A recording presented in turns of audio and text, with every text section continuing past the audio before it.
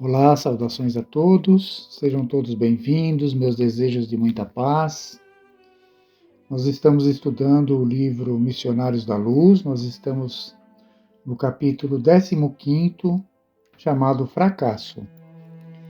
Nesse capítulo nós estamos vendo aqui um caso onde é explicado para André Luiz, a dificuldade desse caso de reencarnação, que o Alexandre pediu aos outros instrutores para que mostrasse a André Luiz um caso diferente do caso Segismundo, né?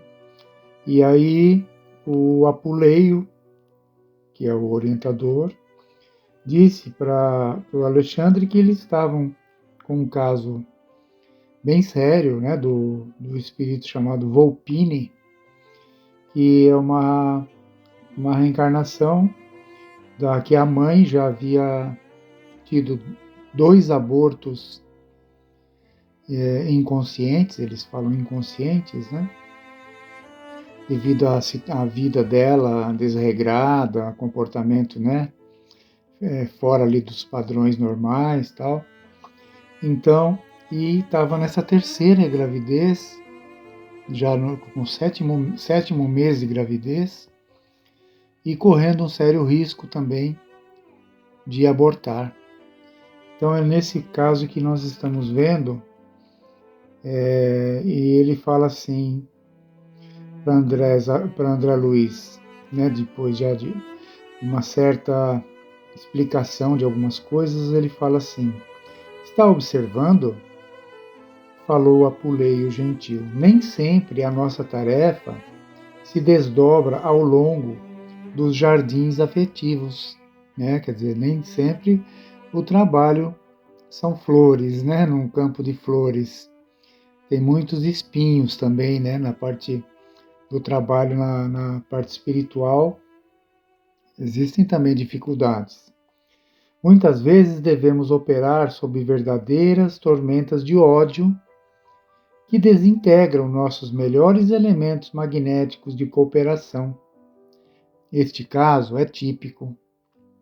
Recordei que a residência de Adelino, aqui é o André Luiz falando, recordei que a residência de Adelino, que é o caso que, no caso anterior, né, do pai do Segismundo, se enchia a residência de Adelino se enchia diariamente de afeições do plano espiritual.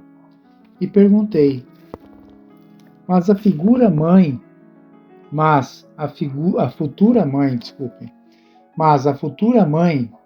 não dispõe de relações em nossa esfera? De qualquer modo, respondeu ele, é a Cesarina, que será a futura mãe, né? Cesarina o nome dela, da moça. De qualquer modo, respondeu ele, sempre temos bons amigos na zona superior àquela em que nos encontramos. Todavia, em certas circunstâncias, afastamo-nos voluntariamente deles. Cesarina poderia contar com diversas amizades. No entanto, ela mesma se incumbe de obrigá-las à ausência. Impressionado, considerei: não terá ela, contudo, um pai ou uma mãe em nossos círculos espirituais que tome a si o sacrifício de defendê-la? Então, André Luiz estava querendo ver ali todas as alternativas, né, para auxiliá-la, de familiares, né, amigos, para socorrê-la nesse momento de dificuldade.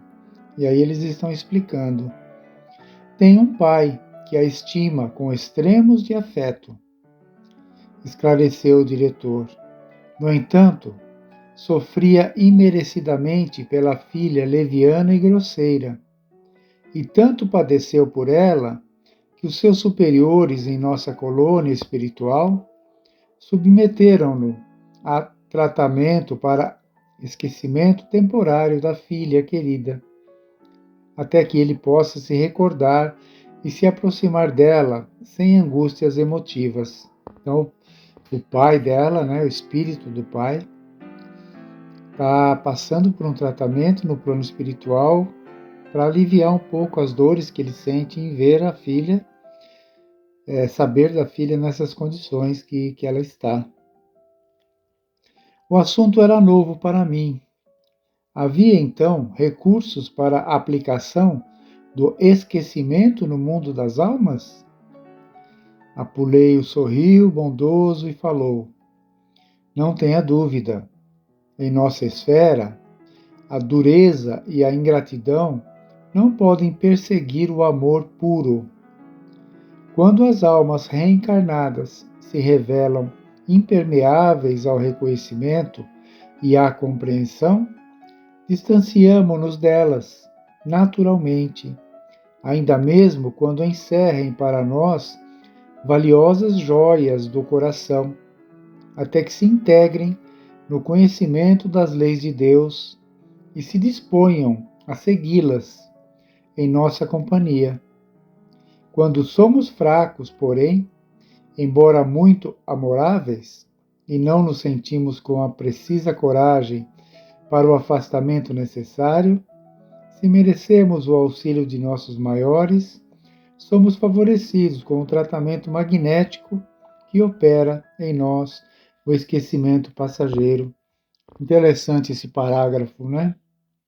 O que ele fala aqui é que se nós somos fortes o suficiente para nos afastarmos daquele ente querido que nós queremos ajudar, mas que ele não se ajuda, né? Não tem ali comportamentos adequados para receber a ajuda, se nós somos fortes o suficiente no plano espiritual para nos afastar desses entes queridos e aguardar um momento certo para ajudar, um momento em que eles estejam mais prontos para receber a ajuda, tudo bem. Caso não estejamos fortes o suficiente para esse afastamento, aí ele fala aqui o tratamento magnético que opera o esquecimento passageiro. Então eles nos aplicam esse tratamento magnético no plano espiritual para que haja aquele esquecimento momentâneo daquele afeto que temos, daquele amor que temos para aquele que nós queremos ajudar, porque ele não está no momento propício ali para receber ajuda. Esquecemos aquilo, né, para depois, num outro momento, aí sim, oferecer a ajuda. Interessantíssimo esse parágrafo. Continuando a leitura, olha. Nesse instante, Cesarina, que é a mãe, né, a moça que está grávida, penetrou no quarto, seguida dos espíritos construtores que velavam por Volpine, o reencarnante. Vejam que os espíritos protetores ali, os construtores, né, técnicos ali nessa parte, nessa área, acompanhavam a moça, estavam junto dela, a ajuda estava presente. Enquanto a senhora se sentava à frente de grande espelho, dando início a complicados arranjos de apresentação festiva, os cooperadores de Apuleio se aproximaram, saudando-nos atenciosos. Infelizmente, disse um deles ao chefe, a situação é muito grave. É impossível prosseguir em nosso esforço de assistência com o auxílio desejável. Nossa irmã afunda-se cada vez mais nos desequilíbrios destruidores. Unindo-se voluntariamente, indicou as entidades viciosas que a cercavam. A esses adversários infelizes, entrega-se agora a prazeres e abusos de toda sorte. Seus desvios sexuais nos últimos dias têm sido lastimáveis e enorme é a quantidade de alcoólicos aparentemente inofensivos de que tem feito consumo sistemático. Aliados semelhantes distúrbios às vibrações desordenadas do plano mental, vemos que a posição de Volpini é insustentável, não obstante nossos melhores esforços de socorro. Apuleio ouviu as graves notificações em silêncio e observou em seguida. Já sei o que se projeta para esta noite. Sim, considerou o interlocutor. Apelamos para a sua autoridade, porque a organização fetal não poderá resistir a uma nova investida. O diretor convidou-me a examinar a gestante. Ao lado dela permaneciam as entidades inferiores a que me referi, que demonstravam absoluta ignorância de nossa presença. Cesarina, com o excessivo cuidado das mulheres demasiadamente vaidosas e inscientes da responsabilidade moral, utilizava certos recursos para disfarçar o aspecto da gravidez adiantada, deixando adivinhar que se preparava com esmero para uma noitada de fortes emoções. Então, eles estão percebendo aqui, né, pelo todo o relato que isso aqui é feito, que ela estava se preparando para noitadas de festas, de excessos ali, mesmo grávida. E ela fazia de tudo para esconder a gravidez já adiantada, já estava com 7 meses, né? E ela estava se preparando para essa noite de festividades aqui que ela iria participar, né? De festejos ali, de excessos, bebidas e sexo, tudo mais que eles já estavam prevendo que aconteceria. E eles falam, né, que nessa situação a condição do bebê ali, do feto, né, era insustentável, quer dizer, não iria conseguir chegar até o final, provavelmente correndo o risco do terceiro aborto, né, nessas condições aí. Nós vamos parar por aqui hoje.